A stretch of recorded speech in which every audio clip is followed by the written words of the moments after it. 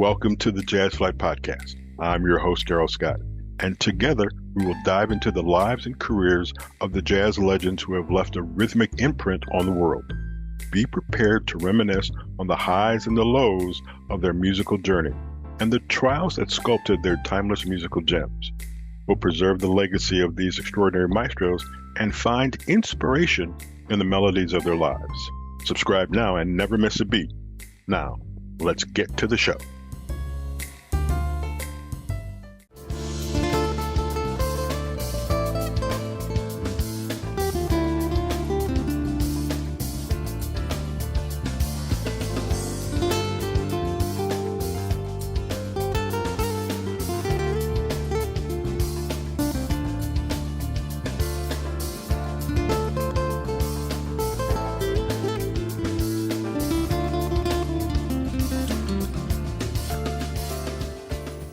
Welcome, everybody.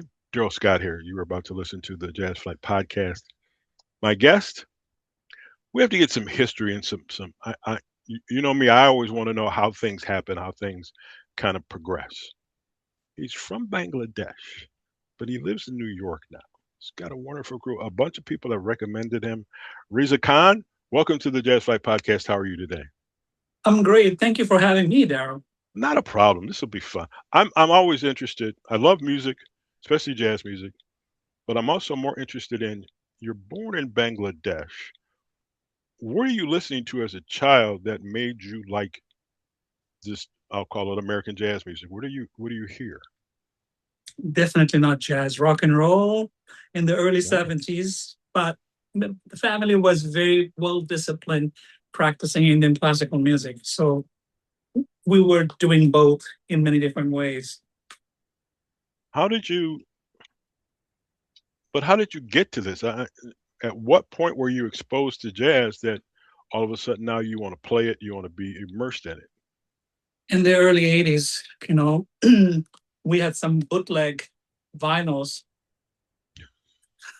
called the Meola, Metheny, and the whole world. You can't find Western records to buy.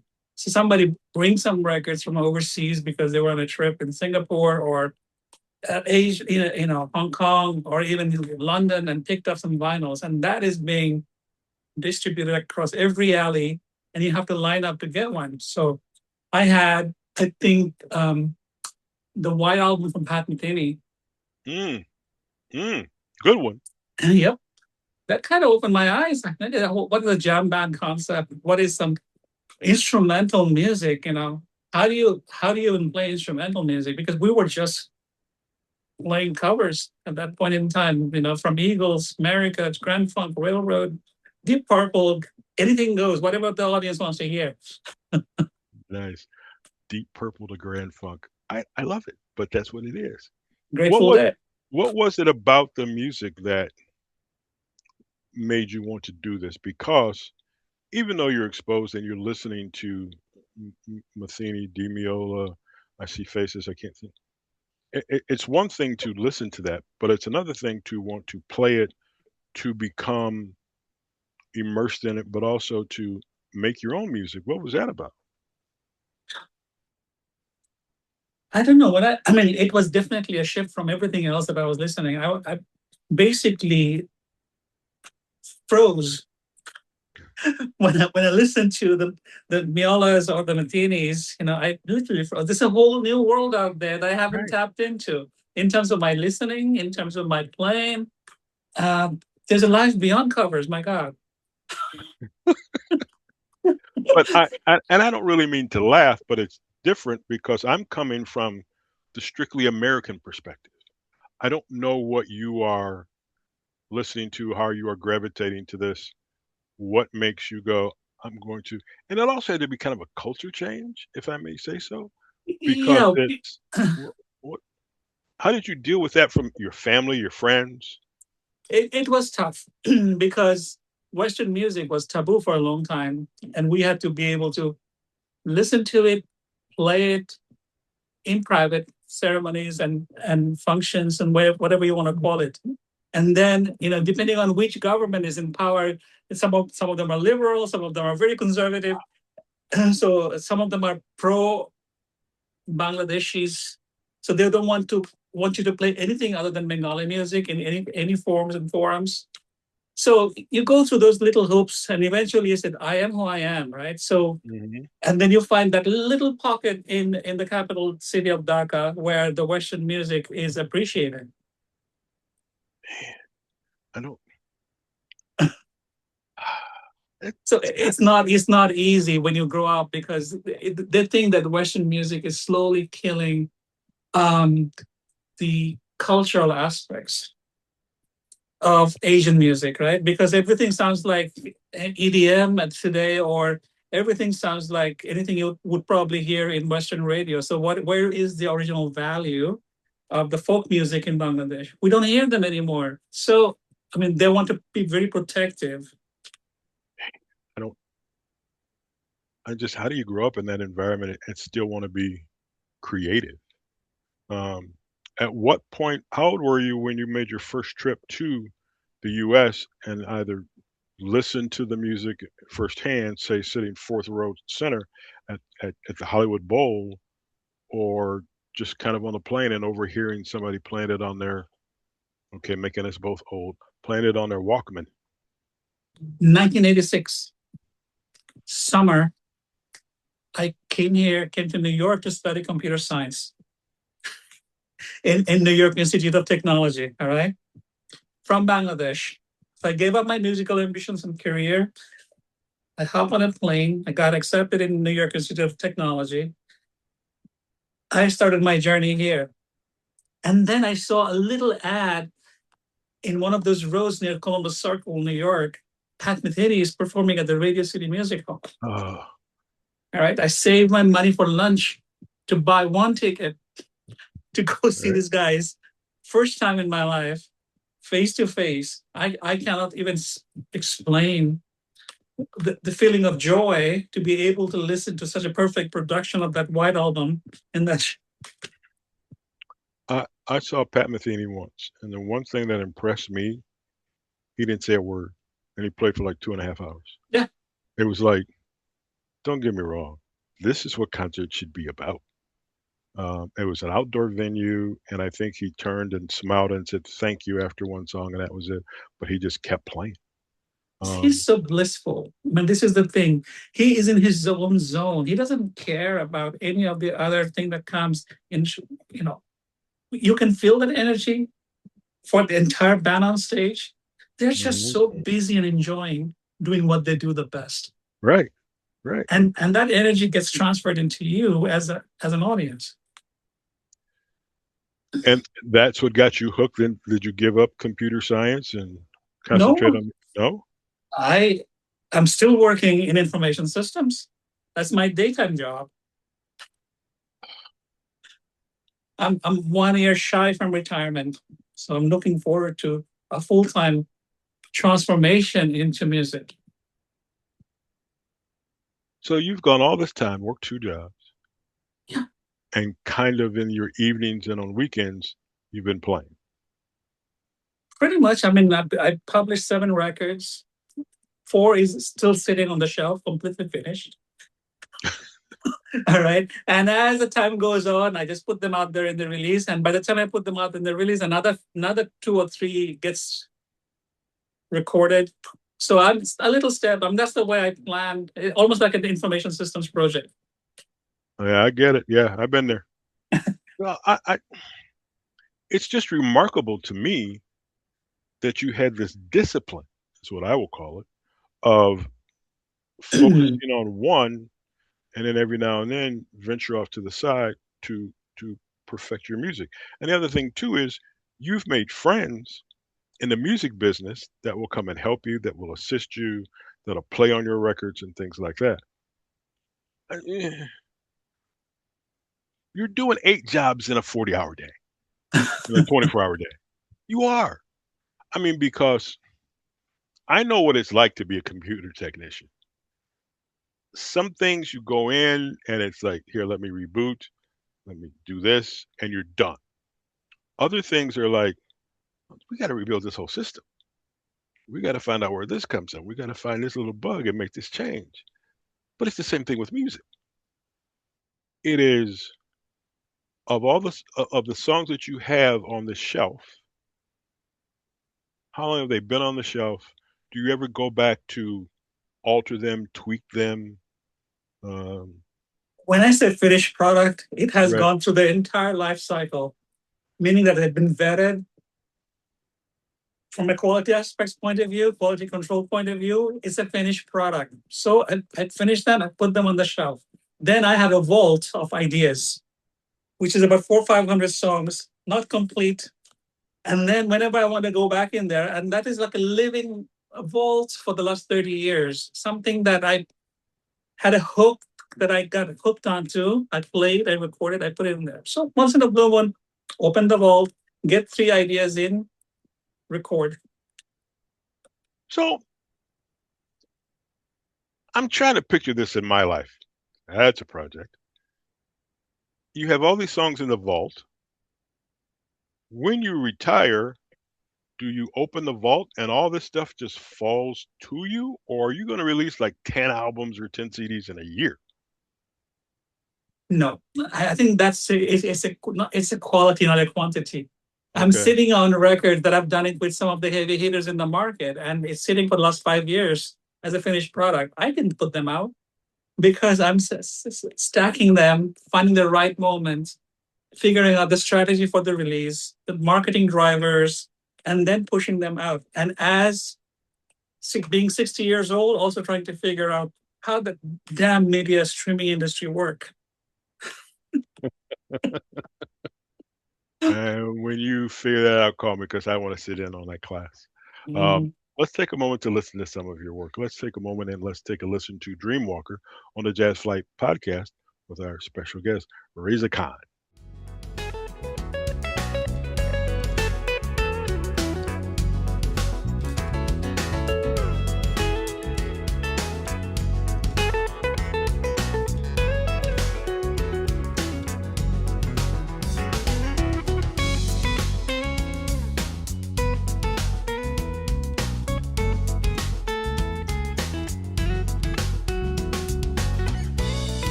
Dreamwalker, our special guest today on the Jazz Flight podcast, Mr. Reza Khan.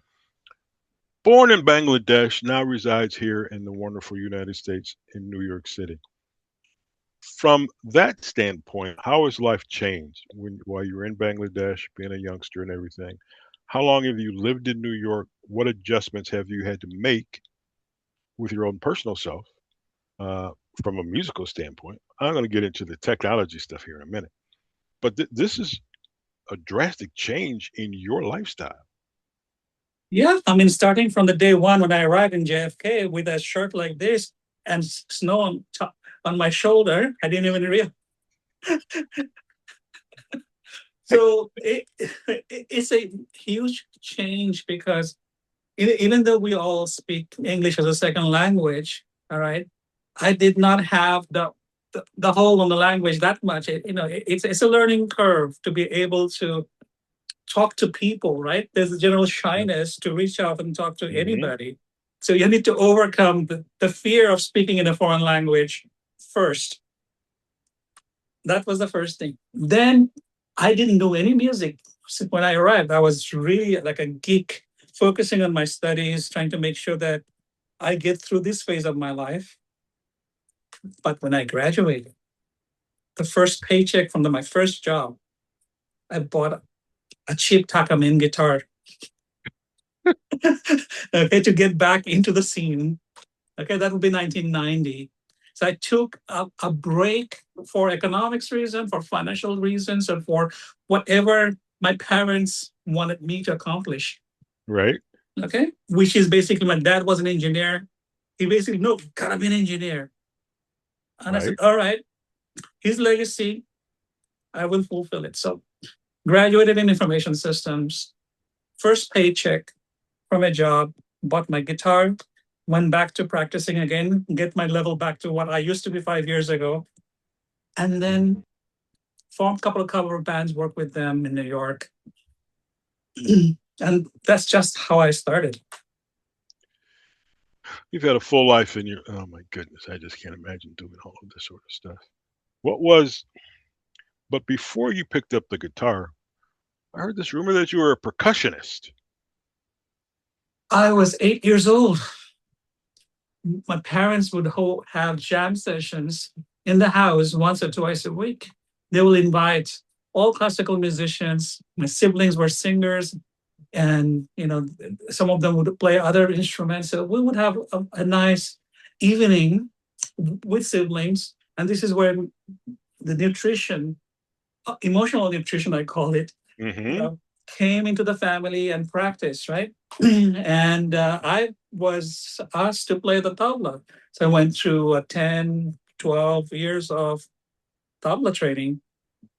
What a painful, because you gotta sit down in a certain ways, which is the difficult part because you don't play any notes on any instrument until you master the Mm. postures and all of this. So yeah, so properly trained tabla player, 10, 12 years. And then you decide to pick up a guitar. Yeah, because my oldest brother, he was heavily already into the Western music scene. So he was having a trio following the band America. And he Uh, was playing cover with the three acoustic guitars with three friends in different places. And they were hanging out, jamming up. And I was just curious boy listening to them and said, boy, this sounds interesting. This is like, and then fight to have, we had an internal system between the siblings. If you really want to have access to the guitar, you have to book your time. And we have only one guitar in the house, which is oh, 90% of the time with my oldest brother. So we had to fight for the time with the guitar, and eventually we'll get to maybe an hour a week when he's not busy with it. a remarkable story. You just do. Um, it's just, I think one of the things we try to do on this show is to educate people to the life of a musician, because I think what people see is the end. They see you playing guitar, they see your band, they see you making record CDs, whatever you want to call them. They see that. They don't see the progress and the suffering that you made all those years before in dealing with. In your case, it's a different culture. Now you're changing instruments. You're trying to develop your own sound. You're trying to develop relationships. It is a constant learning experience at every step of the way, every step of the way. And I don't know how many people can do that or nor want to do it, because I can imagine in the beginning there were struggles, maybe with the language, with getting to know people, and then getting your music out there and getting it heard, to break through to the Yeah. American Western music. There's all of these little things. Why did you persevere? Why did you keep wanting to do this? Why did you keep doing it? I guess I was impressed and I was searching for an identity where it defines my Eastern influence, my Western ambitions, and my Western way of expressing myself. And I'm still doing that, but I think I found that sound in my guitar. But I think it's a never ending story. We will keep doing this for the next, until the last breath, I guess. Right? Yes. Okay. But for me, I think, I mean, again, going back to the journey, the trade off between the percussion gives me a solid, Indian rhythms are complex. It's not like, I call it predictable Western rhythms, fours or six or sevens or eights, depending on how fusion you want to be or how basic vanilla rock and roll 4x4 time signatures you want to maintain. We have extra bars out of nowhere in our songs. Okay. And then every time I play with my uh, band members or whoever guest artists I bring in, this is, why do you have this one extra bar? And I would say, just because I feel like it. Right. All right. Right. Yeah. Yeah. And I just, but it's not like music theory. I said, this is what, welcome to the Indian Music Society. This is the way we do it. We can hang on to one chord, one note for the next half an hour until we say we're ready to move on. How was that? How was it tough trying to fuse the two types of music together with that of trying to convince your American musicians to go, this is what I want to do.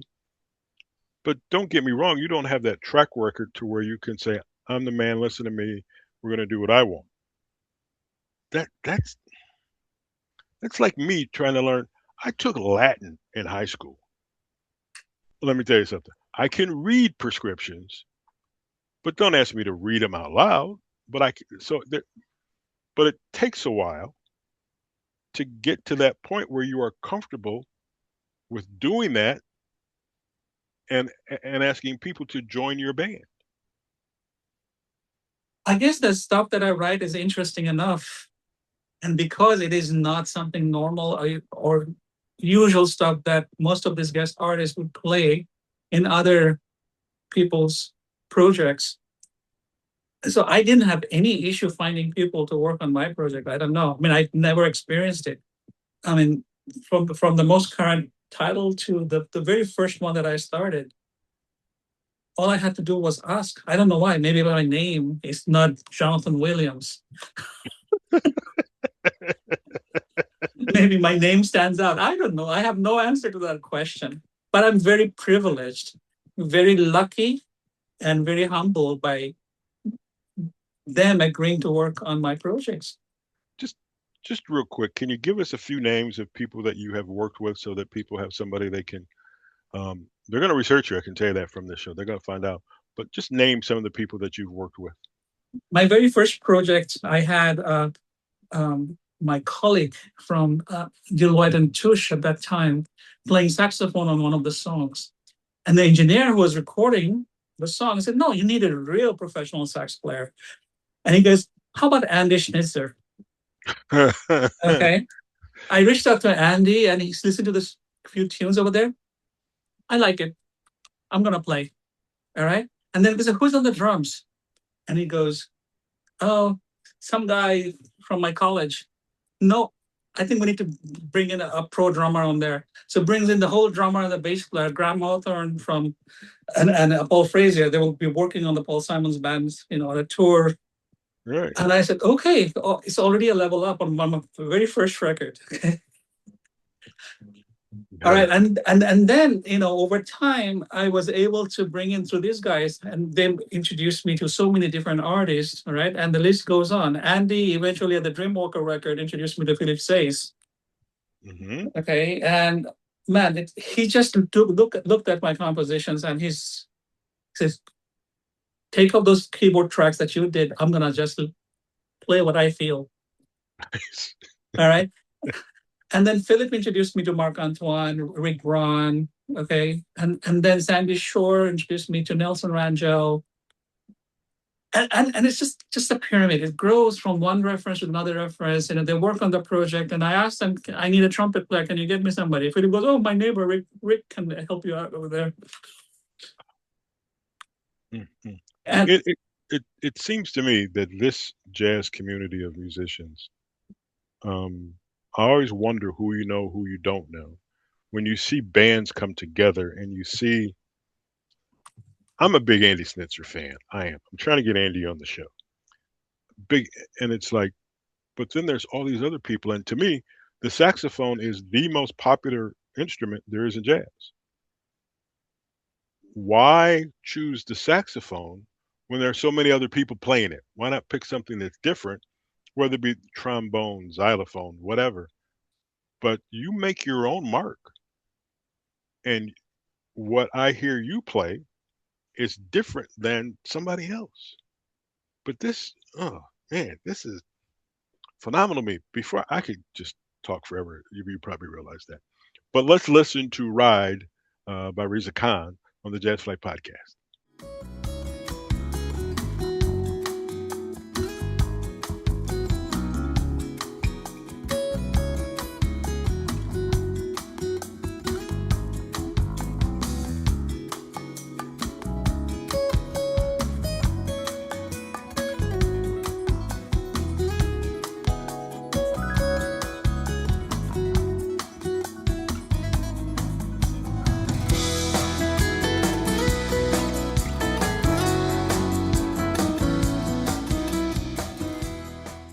Let's Ride from Reza Khan on the Jazz Flyte Podcast. I'm Darrell Scott. He's Reza Khan.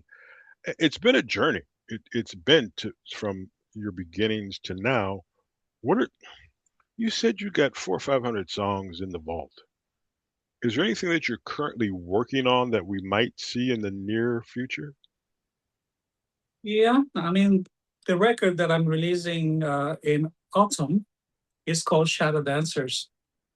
Hmm. So there's the title track Shadow Dancers, and there's a song called Scarlet Sky. They came straight from the vault. How long have they been sitting on the shelf?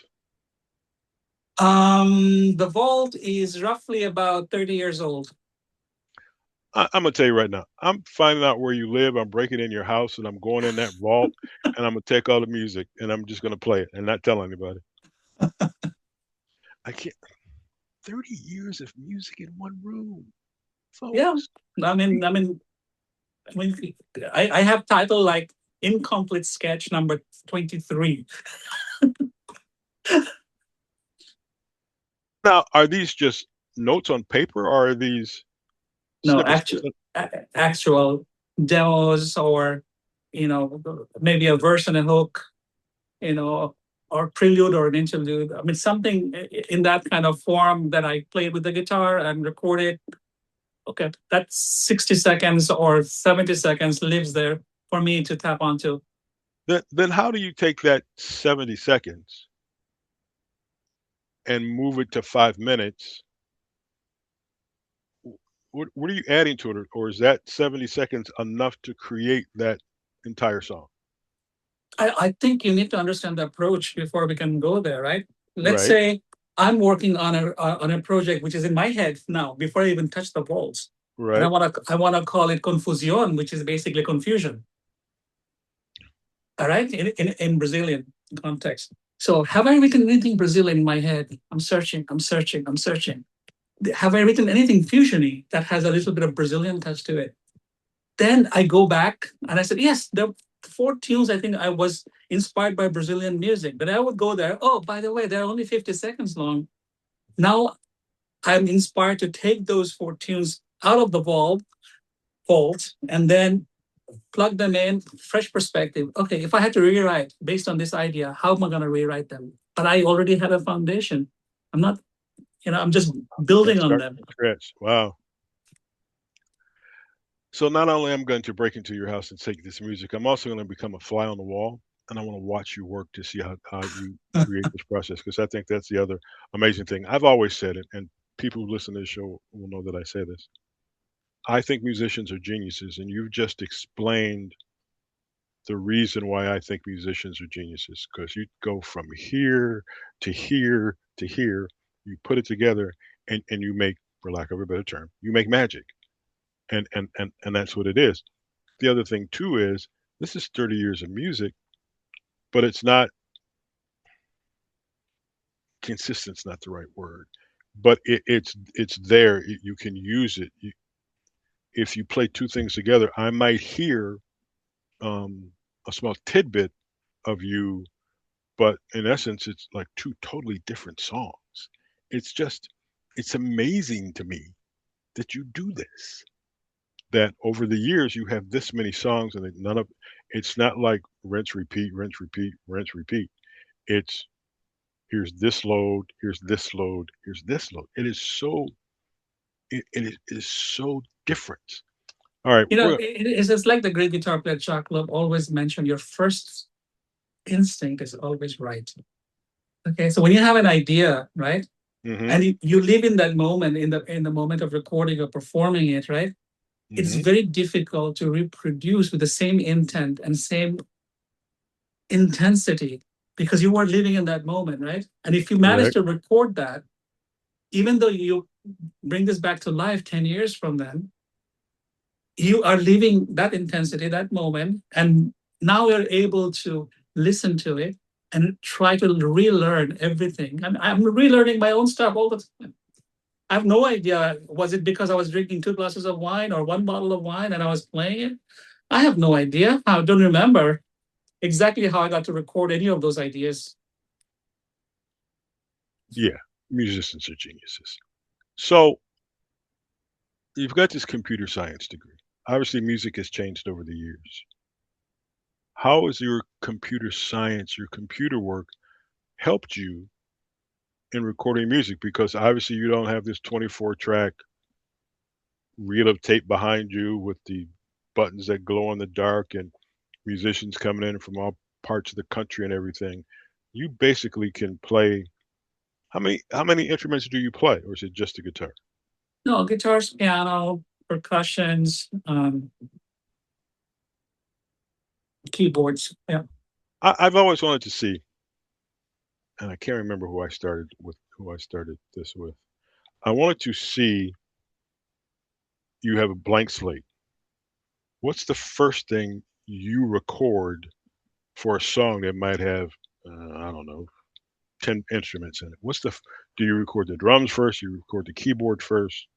Is it the bass line? What do you record first? There is no easy answer to that question. Depending on the song, I would start normally with the guitar, but lately more with the piano. And from that 3 minutes, the next thing you know, you're adding 18 different layers. 18 is the modest number, but I think you know more than anybody else. It's over 100 track by the time you finish. Jesus Christ. And then you sit back and go, oh no, I need to tweak this bass line just a bit, or I need to turn this trumpet up just a bit. I sat in a recording studio one time, and this was for a radio show, and I made one suggestion, and they were like, "Joe, that's great." I'm like, "It is. I don't know what I did. It's just that it seems like it was missing. So it's this." Reza Khan, truly inspirational. It's all of my shows I try to make them learning experiences. I've learned an awful lot. Don't get me wrong. I'm gonna find out where you live. If you get that knock on the door, you look up and I'm waving at you. I'm just coming in to visit, but I want to watch. I just Welcome, think welcome anytime, Darrell. Just give me a holler. You can go through my entire vault. I don't mind. I just and I'd really like to. That's a whole nother story. Let's end this. Is Before we wrap out of time, I do want to mention a few things about some of the players hmm that has been engaged. I don't know if I should do this way, but COVID was an really a catalyst for musicians to get together. right. Okay? Yes. Everybody who was an A-lister available for session work, all of a sudden, because they're not gigging out. Right. Yes. Okay. And Andy Schnitzer and I, we worked on our last project that would be, I think, Next Train Home record. And after that, I got introduced to David Mann through hmm Andy. And then COVID hit. We used to go to the recording studio with the mask on and then Right. maintaining distance from each other, right? hmm And we started thinking about, okay, David Mann is going to help Reza to produce. I have never been produced by anybody else but by myself, right? And I'm hmm very, very strong opinion. Again, the accent and the pronunciation. Opinionated. How do you say it? Opinion, Opinionated. Opinionated. opinionated. Okay, difficult one for me to pronounce. I understand. So we started talking about. We always wanted to have Jimmy Haslip on bass. hmm Okay, but we have to hmm write a song that can be presented to him. And then we looked at just very strong, choppy, slappy bass. And I was always in love with Brandon's way of doing things. Right. Right. So I said, okay, let's take an old song called Language of Love and let's give Bob James an option and present to Bob James if he would be interested. So Bob James played the piano on that one, and Brendan did his killing bass stuff with him, like trading with piano, trading with my guitar. It was an unbelievable performance for that tune. Then came Mark Egan, who have been recording with me for a long time, and that's from the Pat Metheny time. And I just love his approach, melodically, how he approaches a song, and everything he does just sounds so awesome. Mm. All right. And then the last one from the Shadow Dancers record that's coming up is a song called Skyrise that I wrote. My first 5-time signature song. I call it a slow 5. And because coming from my Asian background, I like to write song based on melodies, not just because it's the chord progression, is the time signature. Let's just improvise. No, I need to have a very distinct melody and a storytelling through the melody. So wrote that melody for a 5 tune, and then I said, okay, who do we have for bass on this one? And I reached out to Sandy Shore of smoothjazz.com, and I said, look, can you get me in touch with Nathan East? Mm. All right. And we exchanged emails, and Nathan heard the song, the demo, the scratch, and he agreed to play on it. I'm just saying, these are all fantastic human beings first, and then they're one of the greatest players. Yes. Brendan is coming up as a strong emerging bass player. He already made his mark in the first 2 or 3 records, and we just became close buddies. You know, funny that he's in Calgary, I'm in New York, but we're always in touch. It's remarkable. We've had Nathan on the show. Nathan was, I suggested to Nathan and Noah, you know, you guys traveled across the country, and this is something for you too, Reza. Take pictures of those impressive places and make a picture book.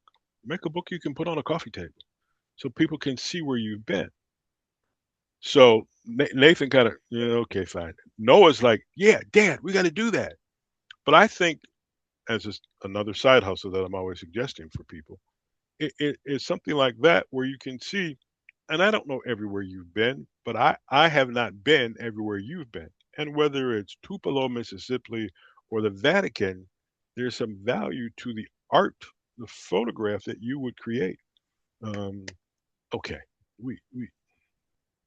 the other thing I want to do is I want to get all you musicians together in like an outdoor facility, like a Hollywood Bowl. Over here would be like Boston Music Center. You got no instruments. All you got is a microphone. Because I think the stories you could tell, whether they be the relationships or the music that you've learned from, or all these things that you've touched, would be a stimulating, riveting, enlightening conversation. And I just want to sit there with a microphone and go, okay, it's now your turn to talk. It's now your turn to talk. Let me ask this question, see who's got this. And then from the standpoint of, as I sit here and look at a Yellow Jackets record, when it was Ricky passes away, they bring in the new bass player. Bring in, and then now they got a new bass player who's a young kid, Bob Menzer, and Bob was going, "Till I've never met you," and I'm like, "Oh, that's right. It was Mark Russo, who was before Menzer." And it's just this collection of artists that you've played with, that you've met, and I also think it would be good for you all just to kind of reminisce with some of the people that you've met. All right. How can I keep up with you? What's your social media package look like? What do you mean by how do I keep up with it? I mean, I have Facebook, I have Instagram, I've got YouTube. I don't do TikTok. Okay.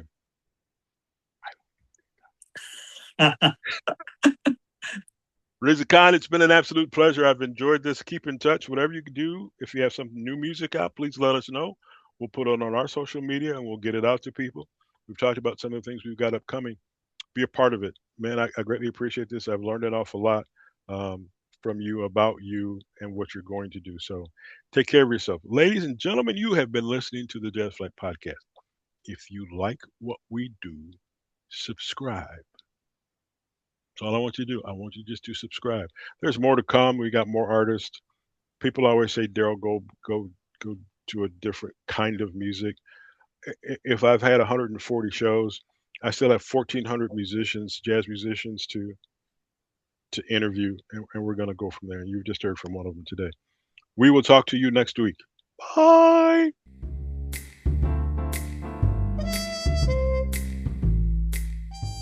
Thank you for tuning in to the Jazz Flyte Podcast. I hope you enjoy these stories and soulful melodies that groove through the doors of time. If you want to stay connected with the latest updates and episodes, don't forget to subscribe to my channel and hit the notification bell. Until next time, I'm Darrell Scott.